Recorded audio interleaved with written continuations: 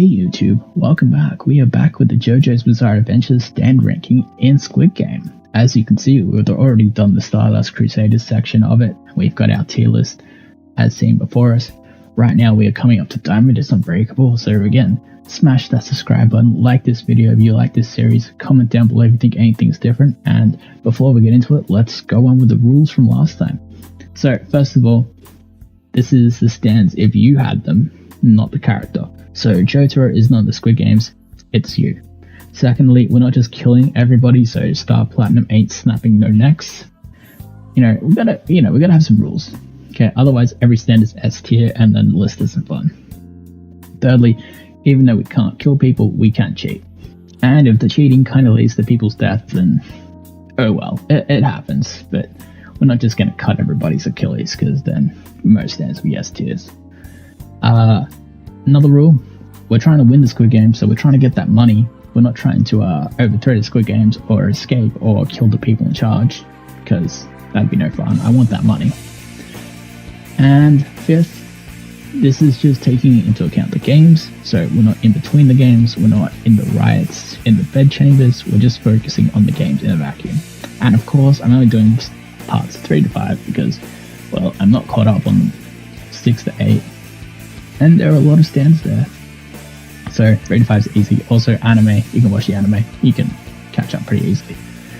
So let's get into it. Diamond is Unbreakable. First up, Shining Diamond, A tier. Straight up an A tier.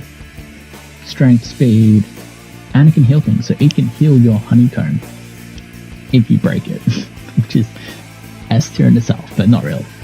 But great to have. Next up, Aqua Necklace, S tier. So there's a bit of a theme going around the S tier stands. 2 have time stop and 3 have possession. And then we have 7, just turns everything into children. But Aqua Necklace, you can control people. If you control people, you can make them do whatever you want. You can make them die. You can make them walk in red light, green light. You can make them break their honeycomb.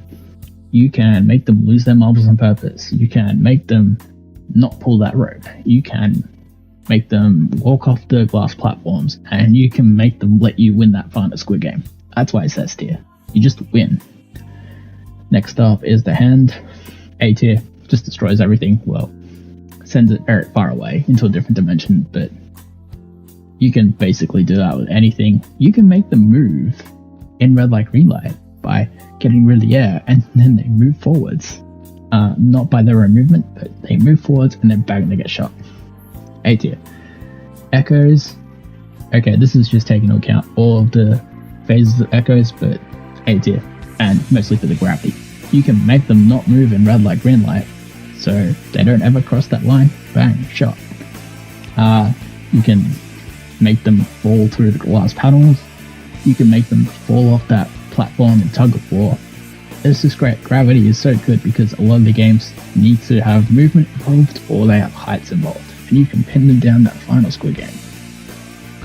Because movement is essential. Next up, Bad Company, B tier. Bullets, just shoot things, disrupt things, break somebody's honeycomb, but also glass panels. You can hurt them, I guess. Okay, we're not like going to the extent of killing them. You can definitely disrupt them by shooting them slightly. So solid B tier. Red Hot Chili Peppers. C tier, mostly because most of its power is electric based and there is no electricity, but you can still use the stand and it can still knock people around. And it can, knock them around red light, green light. It still has that movement and that strength. D tier, we have the Lock. Now, the Lock is not a good stand. I don't think anyone would argue that it is. But it does have some use. So you can make people feel guilty for letting their teammates die, I guess, and then bring that up and then lock them down. But you can really only lock several people. It's not limited, well, it might be limited, but effectively you have to make them guilty, and that takes effort, and you got to talk to people, and it's a process, and it's not very efficient, and that's why it's D tier. Surface, useless. Why would you have? Okay, first of all, you can't have your puppet with you, and also, why would you want to make a copy of someone? They just get killed anyway. I mean, we've killed 36. Well, 36 was eliminated. and some guys killed him, but then the other guy sees 36 and bang, shoots the copy. C tier, love deluxe. So, actually D tier, because I realized you can see love deluxe. So you can move things around and you can disrupt people and you can pull them off the edge in the tightrope game, but effectively everybody can see love deluxe. So if you have an advantage, people are going to come after you. So your stand is not very secret. As opposed to every other stand, no one can see it. Inherent plus. But love deluxe might have some use, but it's got a really big disadvantage, which does not help. Coming up is Pearl Jam. Useless, because, well, you've got to cook it into food, and you don't get to cook in Squid Games. Or in the game, specifically. So, doesn't work. Coming up next is Heaven's Door. Again, S tier. Mind control abilities, always S tier. Rohan can quickly ride into somebody, and basically, mind control, you can make them let you win. You can make them kill themselves. You can pretty much make them do whatever you want them to do. You can make them jump forwards in the glass panel to test them out. Effectively, you got this, you can make people do whatever you want. The games become a lot easier. And up next we have the baby with the invisibility skills. A tier. I was considering putting this S tier, but it's just invisibility. It does really well for the first game because you can just walk through everything, and it does really well for the final Squid Game because you can just walk around the person. But for the middle 4 games, it doesn't do anything. And so it's super good for the first 2, but for the last 4, it's not that great. I mean, you can go invisible and steal everybody's marbles. But this is only under 2 assumptions. 1, you can turn it on or off whenever you want. Of course, in the anime it was a baby, so we don't know if we can do that. And 2, I guess you're invisible. And you can use them and you won't get detected. This is the assumption that people won't see your footprints.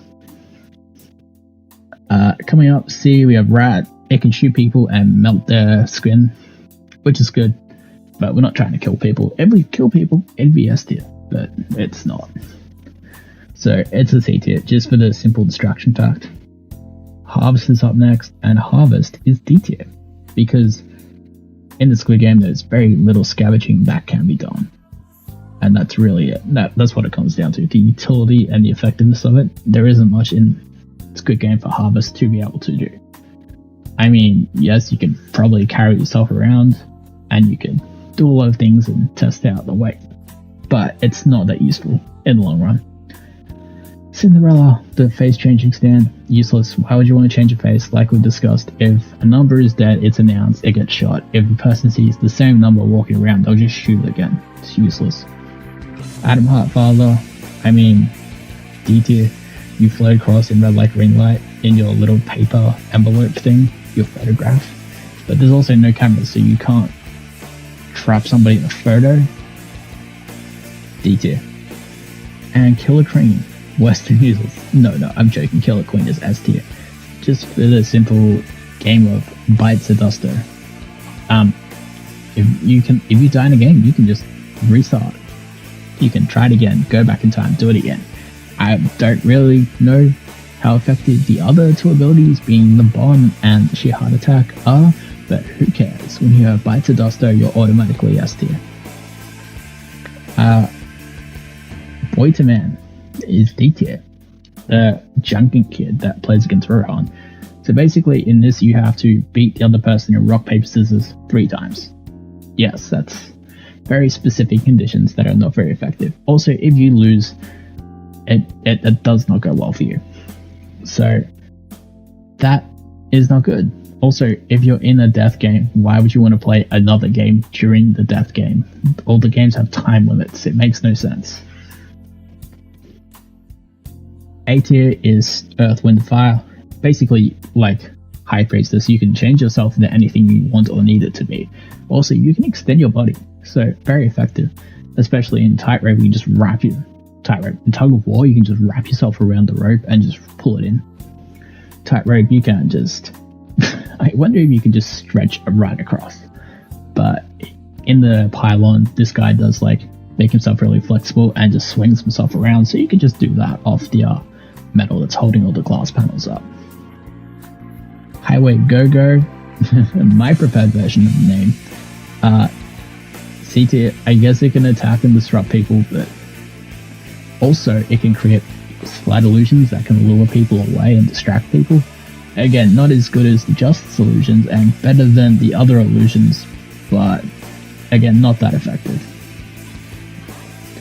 Stray Cat for B tier, you can take away people's oxygen, and you can render them unconscious. Can't kill them, but unconscious is pretty damn good. Superfly is useless because we don't have a pylon in the arena. I don't need to say much more than that, and even if we did, you would have to wait until somebody walks in so you can leave. Not very good. And finally, second last, for our penultimate one is Enigma, and Enigma is S tier.